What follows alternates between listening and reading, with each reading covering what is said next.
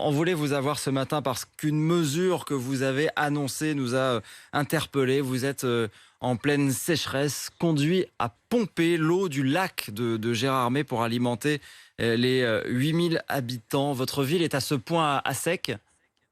Oui, on connaît un épisode particulièrement dramatique en ce moment et extrême. Extrême parce qu'un niveau plus que bas, au point que d'ici quelques jours, que ce soit dans notre réseau de nappe phréatique ou notre réseau de sources, on va arriver à sec complètement.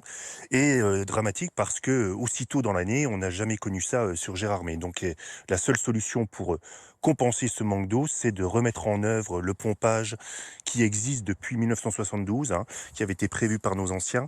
Et donc on va le mettre en œuvre à partir de ce matin pour compenser ce manque-là. Donc on va pomper l'eau du lac et rejeter cette eau, évidemment, dans notre station de traitement avant de la mettre dans le réseau public. Dans le réseau d'eau courante. Ce qui est frappant, c'est qu'on n'est pas du tout, évidemment, en Provence ou dans des régions du Sud habituées à ce type de sécheresse. Là, on est chez vous en moyenne montagne, dans le nord de la France, dans les Vosges.